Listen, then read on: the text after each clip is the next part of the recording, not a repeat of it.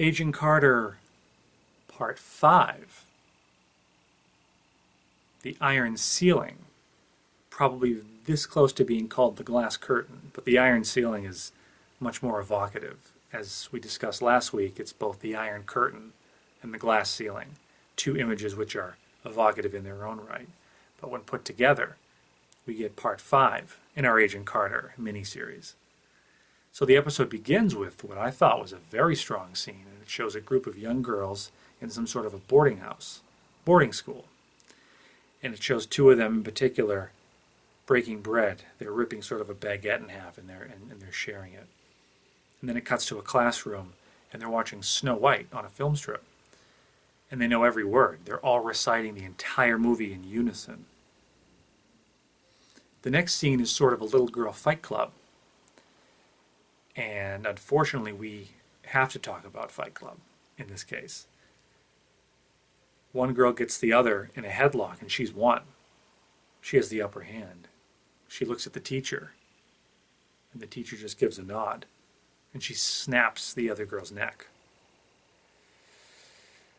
I'm being led to believe that this is the Black Widow program, if not proper, then in a proto form. So last week, of course, you may remember, my loyal viewers, that my father called me and said, is Dottie supposed to be Black Widow's mother or something? And I said, I don't think it's her mother, but it got me thinking that probably she'd been through the same training and program, that she was another Russian operative with the same training. And now we're getting a glimpse into what Natasha Romanoff probably went through, but more on that in a little bit. So we cut from there right to Peggy and Dottie actually having lunch at the automat. And she breaks the baguette in half and gives Peggy some, which was a nice echo of the scene we just saw before. She knocks her bag off the table, and Dottie stoops down to kind of pick up Peggy's things, and she pockets something. It turns out to be her room key, and my initial reaction was, they live in the same place, why does she need that? But it's the key to get into her actual room, not just the Griffith. What does she need there? It was a very interesting question, because I assumed it was Captain America's blood, because of course she's hidden it there. Would Dottie even know about that? Well, we will find out more about that soon. So the next scene is Dottie and Jarvis, and they're walking down the street. And Dottie is still very much upset with Howard for what happened last week, for the way that he treated her and lied to her. And Jarvis is trying to explain to her that Howard's not a bad person. He has his reasons for what he does. And Peggy doesn't want to hear it. So Jarvis takes this time, which I thought was a little out of character, but to remind her that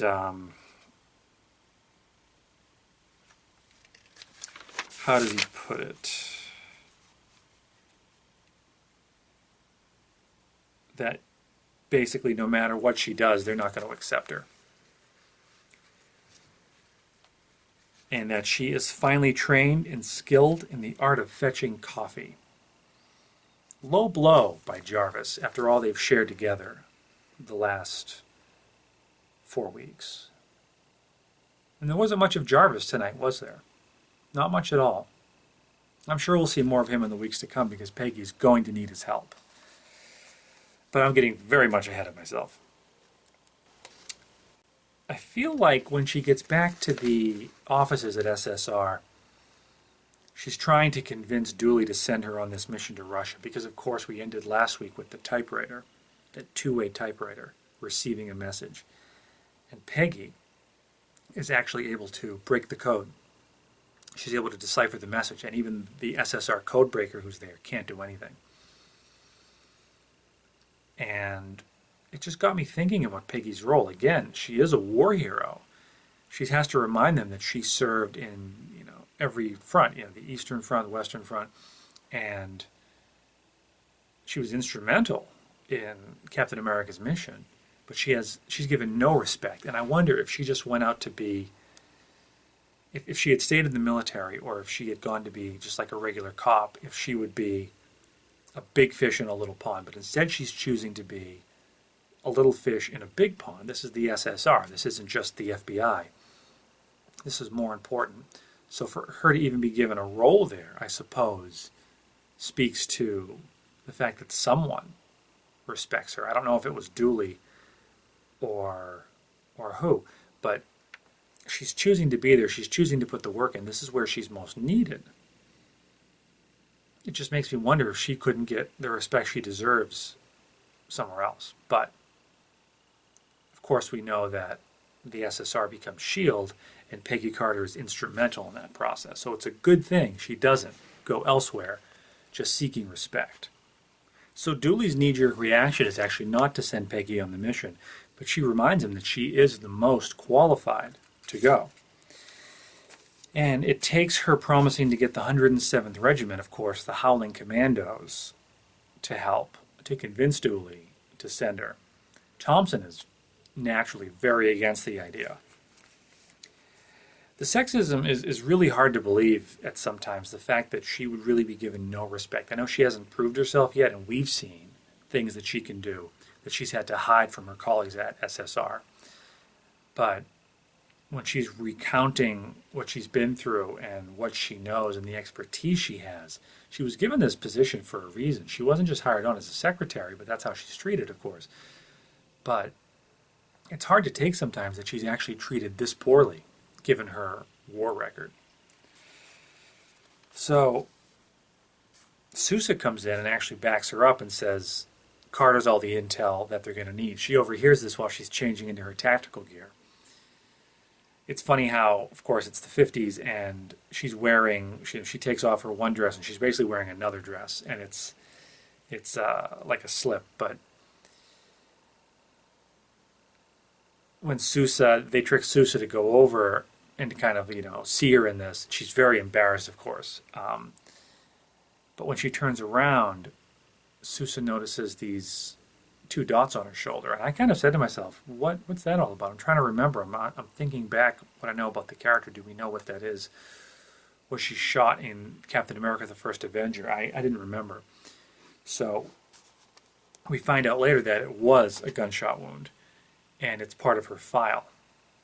And then it's going to become very important to Sousa as we move forward. So she is put on the mission to Russia, much to Thompson's chagrin, and they meet up with the 107th. And the other guys from SSR, Ramirez and the other one, are sort of starstruck by Dum Dum Dugan. Of course, we all are. The character reprising his role from the First Avenger. And I was trying to remember which other characters from the Howling Commandos were in the First Avenger. The ones we meet here were in the comics, but they're new to the Marvel universe. I'll call it the Marvel Cinematic Universe, even though it's a TV show. So Peggy has a great line where she says, Stark might be an utter wanker, but he's still one of us. And I like that. They believe in Stark, even though he's public enemy number 1. So Sousa, back at SSR, back at the ranch, Sousa's looking at the picture of the blonde, and he notices 2 dots on the right shoulder. And he's looking at Peggy's file, and she has the 2 gunshot wounds on the right shoulder. So now he's got her. He's finally got that Peggy was the blonde all the way back in the pilot episode. After all this time, he's got her. I was hoping for this to be more of like a Hank Schrader on the toilet reading the Walt Whitman book, and he sees the inscription from Gail Bedecker. That kind of a realization, and he just looks up like this. And I was waiting for something like that, but this was a little lighter. He still got her, but of course, in a miniseries, you don't have the secret building over 4 seasons. But it was still very satisfying. Now, what is Sousa going to do with it? Of course, he doesn't go right to Dooley. He doesn't go right to the authorities and turn her in. He's biding his time for the moment.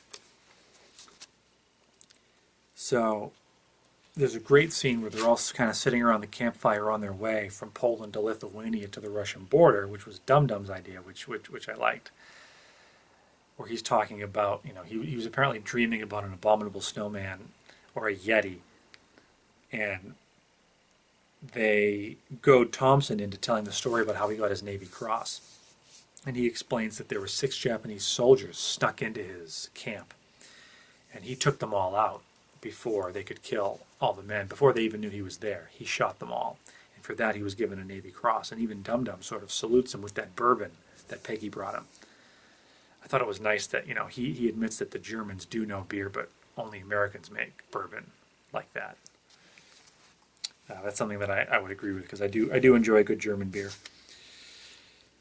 So he tells the story about Sukin Island in 1945 and the 6 Japanese soldiers. And it was a great character moment for Thompson, one that is going to pay off huge at the end of the episode.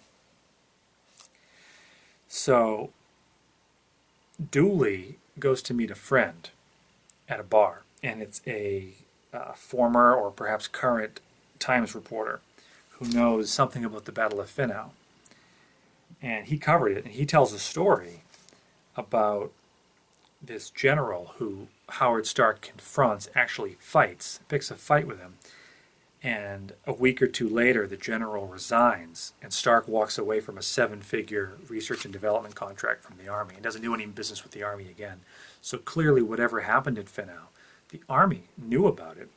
Stark didn't like what he saw and walked away from a lot of money and walked away from his deal with the Army. Went so far as to punch a general in the face, basically, one who's supposedly twice his size. Dominic Cooper's a smaller man, but this general's apparently a very large gentleman, so more evidence for us. And it's starting to seep into Dooley's head, finally, that Stark might not be the bad guy here. He's starting to really believe that Stark might be worth giving the benefit of the doubt. And I like the scene with Dooley at the end where he's talking to Jarvis. But we'll get to that in a little bit. So that was a good story that really gave us the background on why Stark was there. Obviously, the Army brought him in, the government brought him in to do something there at Finau, and he wanted nothing to do with it. He didn't like what he saw. Something to do with the Voiceless Men, with the surgery. Was Leviathan actually involved? Is the Army in cahoots with Leviathan? Of course, we know from Winter Soldier that S.H.I.E.L.D. was infiltrated by Hydra. So is it not? Is it impossible to think that the government's been infiltrated by Leviathan?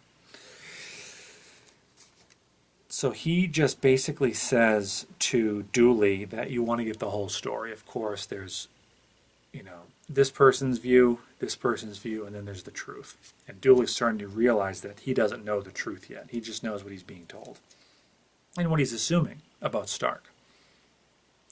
So Carter and the Howling Commandos infiltrate this compound using the information that they received from the typewriter, which basically said that there was going to be a deal going down at these specific coordinates, and there is a what did they call it? There's $100,000 being paid to Howard Stark for a Havoc reactor, and that definitely raises a lot of questions. So, great action scenes with the Howling Commandos. They infiltrate this compound and they go into the classroom, probably the same one where Dottie was watching Snow White. It looked very similar, and there was subliminal messages in the cartoons, and this particular one said, "Instill fear," which is a pretty strong message. So they see shackles on all the beds, which is, again, pretty terrifying. And they come across this girl who is sort of cowering next to one of the beds, and Dugan goes up to her and is saying, "Hey, it's okay, we're the good guys, I'm here to help." And she likes his hat. And he says, "Oh, you like my hat? It's a bowler hat." "Hey, Peggy, why do they call it a bowler?" And she stabs Dum Dum Dugan right in the stomach. We cut to commercial, and I'm thinking, are they really going to kill him off? And I'm thinking back to the comics. Did he die? What fate did Dum Dum Dugan have in the comics? But of course, the vest took the most of it. He doesn't die, which makes a lot more sense. And if they do go to season 2 with this show, I'd love to see more of the Howling Commandos and Dum Dum Dugan. They have a very strong mutual respect with Peggy Carter. So I'm glad they didn't kill off such a major character in the Marvel comic universe. So she scurries, the little girl scurries into this vent like one of the little sisters from BioShock, which is really creepy. And Dugan's going to throw a grenade in after her, and he stopped because, it is still a little kid, but he's making the argument, no, this is a trained assassin at this point. So there's some ethical sort of dilemmas there. Do you want to blow up, I don't know, she looked to be about 15, do you want to blow up a 15-year-old? Or maybe less, I have no idea. Or can you rehabilitate her? Can she get a second chance? Looking at Dottie, she's been brainwashed to the point that I don't think there's any getting through to her. I'm glad it's not my call to make. So in the fight, before she scurries away, there's some gunfire. She takes a gun and there's some gunfire, and she shoots one of the commandos. And again, I'm thinking, who is this? Who does she shoot? And I didn't know at first because they introduced them, and I'm thinking, do I know any of these people from the first Avenger? And it turns out, no, we don't. Dugan's the only one who actually reprised the role. The other ones were new characters to the Marvel Universe. So we go back to Dooley and Jarvis, and this is the scene I mentioned before, where he asked Jarvis about General McGinnis, who's the one that Howard Stark took a shot at Finnow. And Dooley really seems willing to hear Stark out at this point, which I appreciate. If they can get a hold of Stark, it's not just going to be like a kangaroo court and then guilty and he's sentenced probably to death for treason. Dooley's going to give him a chance to find the truth and to hear him out. I don't know what Howard Stark's full involvement is here. We haven't really been told yet, other than the fact that he was robbed, which that could be the beginning and the end of it. But what does he really know about Finnow? Dooley's going to give him the chance to tell his story, which I think for Dooley is a good character moment for him. He's actually realizing that there's more to the story than anyone's letting on. And that could become very important when, sorry for talking about the previews, but it looks like Peggy's going to get caught in her, I'm trying to say double agentry. I think there's a better word for it than that. But in her crossing SSR to help Howard Stark. And perhaps Dooley's new open mind is going to give her the chance she needs to explain herself. We can hope. It's interesting watching a show like this because, of course, we know Peggy lives. I mean, we've seen her in Winter Soldier. We know more about her story arc. We've seen the Marvel one-shot Agent Carter. But it's just, how does she get there? How does she begin to found S.H.I.E.L.D.? I hope that they do eventually show that in greater detail. But right now, she's in big trouble. So we finally see what Dottie wanted with the room key. She goes into Peggy's apartment there, her room at the Griffith, and she's tearing it apart. She's ransacking it. She's looking for something, and I'm thinking, oh, she wants Cap's blood. But she actually just goes into this secret compartment, looks at pictures of the Stark tech. She takes a picture, and which I didn't realize at first until I watched it again. And she finds the picture of Captain America. She finds a picture of Steve Rogers. She puts it on the mirror, and she does this imitation of Peggy. She's obviously been trained to mimic people. She knows accents, and she can. I mentioned last week she didn't seem Russian. Of course, she's a chameleon. She's a master of disguise. We thought Peggy was a master of disguise, but Dottie, she takes the cake. She looks in the mirror and she says, "Hello, I'm Peggy Carter," and she gets this sort of sick pleasure out of it. It's very creepy. Maybe someone can tell me. She puts some kind of piece of string on the deadbolt and pulls it shut, and the deadbolt sort of locks. I didn't see that the string did anything. I assume it did, but I didn't understand what she was doing there. I watched it a couple times and I didn't quite get it. But obviously she's locking the door in such a way that I don't know if it's supposed to be that no one knows she was there or that she can tell if anyone else goes in. I'm not sure. I don't think it's important either. But what picture did she take and why? Interesting question. So Peggy and the rest of the team, Thompson and Dugan, they are now under fire. in this complex, and they find these two people in a jail cell. It's an engineer and a psychiatrist, and they've been hired.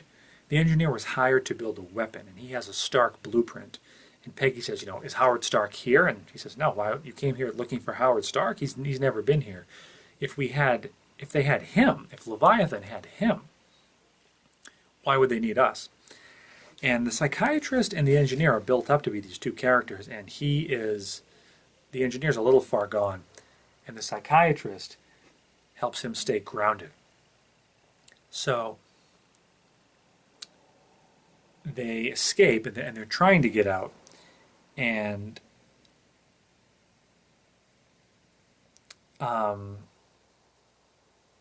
the engineer just looks like Sirius Black from Harry Potter.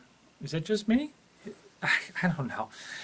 It looked just like him. That's all I could think of when I was looking at this guy. And the scene where Peggy goes full action hero was great. I really enjoyed it. I remember the clip from the preview from last week, or maybe even from the trailer for the miniseries. But I like her more in this role rather than, with the pantsuit, or excuse me, with the skirt suit back at the office, sort of with her hair done up. I like her better in this role, in the army action hero role. I think she just looks better for some reason, and she just carries herself in a more comfortable way. This is, I think, where she's much more comfortable. She's not comfortable at the office getting coffee. So later when Dugan makes her the proposal to actually join the 107th, we all know she's going to turn it down, but I wonder how tempted she was. So anyway, very strange scene, which I didn't enjoy, with the engineer grabs one of the Howling Commandos and sort of, or it might have been one of Thompson's men, I don't remember, puts a gun to his head and is trying to sort of bargain for his own life. I thought it was a ruse at first, but I think he was actually double-crossing them. And the psychiatrist shoots him in the back. So it just kind of, what was the point of these characters at all? They could have just opened a jail cell and found Stark schematics on the ground, and they would have had just as much information. But they're trying to make an exit, and I know Dugan is going to use a rocket launcher or something to get them out of there. And true to form, he blows a hole in the brick wall, gives them an escape.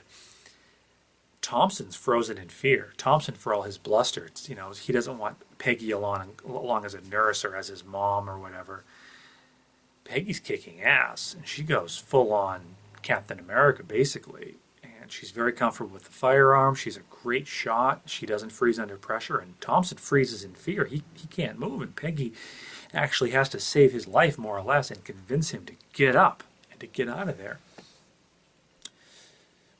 So Thompson gains a very well-earned respect for Peggy. Peggy earned it. And how much does Thompson's respect matter? Not much. I don't think I have much respect for Thompson. But, they are colleagues, and I know it's important to Peggy, so I'm glad that at least she earned his respect finally at this point. Dooley already respects her just enough, but Thompson had nothing but disdain and disrespect for her, so it's good to see that he finally, the last few weeks I've been talking about Thompson and how I keep waiting for him to have this moment where he can redeem himself, redeem his character. He finally got it tonight. And I'll just finish this thought now, jump ahead. When they're in the plane going home, he admits to her that these 6 Japanese soldiers he killed were actually surrendering, and they walked in with a white flag, but he didn't realize it at first. So he basically killed 6, I don't know if they were armed or not, but they were surrendering. So he killed all 6 of them in cold blood, and he buried the white flag so no one would ever know. It explains perfectly why he's so uneasy with his Navy Cross, why he didn't want to talk about it, and he doesn't like the praise. But he opens up to, of all people, Peggy Carter, and she says, at least you told someone. And I think she at least respects the fact that he regrets what he did and that he had the courage to tell her about it. I knew there would be more to Thompson eventually at some point. I just was waiting for it because to this point he was such an unlikable character that it was frustrating to watch him. But finally he does have a moment where he opens up and he shows his vulnerable side. He tells us his deepest, probably darkest secret. And Peggy accepts him. So, I thought that was probably one of the better scenes in the episode. One of the better scenes in the show so far, to finally have a character so unlikable make at least a small turn back into the light. So, when Dum Dum Dugan blows a hole in the wall, we'll go back to this point. He says kind of like, "Wahoo!" And Peggy says, "Stop wahooing and help." I thought that was a good line. And the Howling Commandos, when they make the final escape, they're talking, and, like I said before, Dugan offers Peggy the chance to join them, and she does say no. She's needed back in New York. She has different work to do. She has a job to do. Of course, she's going to found S.H.I.E.L.D., which is amazing. And Dugan gives her the nickname. What about, he says, "Oh, I'll miss you." Wait a minute. Miss you. Miss Union Jack. And she says, "Never speak again." I liked it. So, really, really creepy scene. Dottie goes to bed, and she handcuffs herself to the bed, just like the shackles we saw at the boarding school. Obviously, that's the only way she knows how to sleep. They messed her up so bad. You almost feel bad for her that she's been brainwashed and trained to this point, but she actually shackles herself to the bed every night just so she feels comfortable. So it turns out that Agent Lee actually died, and we find out that we tell Dooley that in Russia there was no Stark and no Leviathan. They didn't learn anything more, and they did not find Howard Stark. But Thompson gives Carter the credit that she deserves, and Dooley says, "Good work, Carter." And Peggy has earned his acceptance and his respect, and she fought her way onto that team, fought her way to Russia with her skills, with her smarts, and with her tenacity, and it paid off because she obviously saved the mission. She was the mission. She got the 107th there. Without them, I think Thompson's team would have all been killed. And she saved Thompson's life to boot. So Dooley and Thompson are starting to believe that there's no Leviathan-Stark connection, that they're not actually working together. But Sousa knows. Sousa knows that there is a connection between Stark and Peggy. And what is he going to do with this information? He hasn't told Dooley yet. He's keeping it to himself. And as Thompson invites Peggy to come out and have drinks with them, which is, she's into the elite boys club now, which is no longer a boys club. Sousa is sitting behind and stewing. What is he going to do with this information? This is the person at work that he trusts the most. And he has her dead to rights.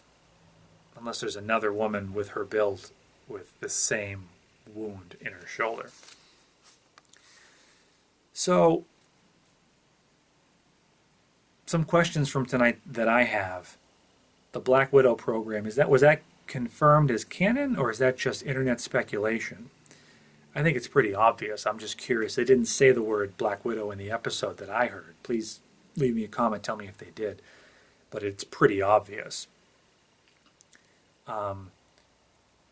Jarvis did say at the beginning, "They will never respect you," but Peggy earned it.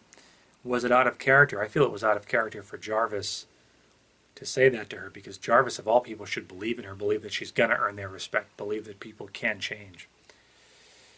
Why did the typewriter say to write a check for $100,000 payable to Howard Stark? Did I misunderstand that? Was that a plot hole, or is there more to the story? Did he sell the blueprint, maybe to someone? Or are they going to give him the check to try to get him to come and build this device? Speaking of the device, what is a Havoc reactor? Could it be a prototype of the arc reactor? It's interesting that they both have the word reactor, but the Havoc reactor, does it have anything to do with the implosion bombs, or is this a completely new big baddie? Is this completely new tech? It seems like it is something new. It's definitely a weapon. But what is it? And why did Dottie take the picture that she did out of Peggy's jewelry box? That particular picture, it was just of a crate of Stark tech. I went back, rewound it, and watched it again. and it was just the crate that said Stark Technologies, and there might have been some numbers on it. Why did she want that picture in particular? Is she being told to get that? Is that part of her mission? Or is she keeping it for some other purpose for herself? Who is Junior Juniper? Excuse me, Junior Jupiter. Junior dies. He's the one who dies back at the complex, and I'm thinking, is this an actual person from the comics? And it is. And Junior was the only Howling Commando ever to die in the line of duty in the comics. And he is the first person to permanently die in Marvel Comics. So it was a big deal when he died. It actually helped the comics, the stories with Nick Fury and his Howling Commandos actually take off. Very interesting that, of course, of all the people, he's the only one who died, so they needed to kill someone in this episode to give it a little more emotional weight, and they picked the only person who actually, in canon, dies serving with the Howling Commandos. I did appreciate that. It makes me want to go back and see if there's some graphic novels about Nick Fury and his Howling Commandos, because once Junior died, as I said, the stories took on more weight, more people got into them, and it seemed like they grew in popularity, and people respected the quality of the writing, so I may have to go check those out. Why do they call it a bowler hat? Dugan asked the question. I think it deserves to be answered. It turns out that the Bowler brothers, Thomas and William Bowler, invented that particular style of hat in 1849. And one thing I wanted to mention last week, I think every week we learn something new about like 50s society, and of course, the automat, which we talked about during the pilot. I've never heard of an automat. And there was a revival of those in New York as well, where you go in and there's the automatic vending machines sort of cafeteria. But one thing I wanted to mention last week was that the headmistress, whose name I cannot remember, it was on the tip of my tongue, she said that Peggy lives the lifestyle of like someone who goes to taxi dance halls. And it kind of went over my head, but I went back and I was rewatching Blitzkrieg Button the other day, and I said to myself, "What the hell is a taxi dance hall?" And it turns out that it was given the name because you would pay a woman for her time to dance, just like of course you would pay a taxi, and it was based on like per song, so there was almost kind of like a meter. And it turns out that you would buy tickets on the way in, and each ticket was good for one song. And before people say, "Oh, what? Yeah, more sexism. Oh, that's crazy. You're buying a woman's time or whatever," they actually still have something similar but reversed. Dance hosts on cruise ships, because many cruise lines understand that there's a number of course, widows or single women who go on these cruises, and there's wonderful ballrooms, and they have big band music, and they have bands and things like that, and probably DJs, and these women want to dance, and they don't have a male companion with them, so they actually have dance hosts who will dance with them. And there was a great movie, well, I don't know if it's great, but it's a movie that it's a guilty pleasure of mine, called Out to Sea, with Walter Matthau and Jack Lemmon, where they actually go on a cruise ship and they play two dance hosts. I am so far off topic right now, it's ridiculous. But that is what a taxi dance hall was. Gentlemen would go there, buy tickets, and they could enjoy an evening, drinks in the company of a woman, maybe learn to dance, almost like a lesson, or just enjoy the evening and have a few dances and have a few laughs. So that's what a taxi dance hall is. So we have a lot of questions for next week. There's a lot to think about. Dottie is terrifying, scares the hell out of me. And Howard Stark, where is he? And why are they writing checks for him? Please leave me a comment. Let me know your thoughts. If you thought this was a good review, give me a like. And I appreciate your time. I'm appreciating this series quite a bit. I think that the intrigue is growing. I think tonight's episode, I really enjoyed them actually going overseas. I thought the special effects and the action scene was pretty well done. It was good to get out of the office and away from some of the New York style espionage and actually have a mission, especially with the Howling Commandos. It was a great idea for them to bring them back in. I don't know if we'll see more of them in this miniseries. It would be cool if they could have them come back again in a way that made sense for the plot. But of course, time will tell. We will see. We will see you next week for the next part. Thank you very much for watching.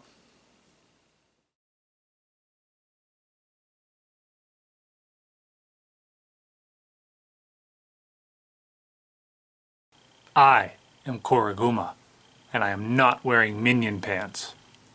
This interview is over.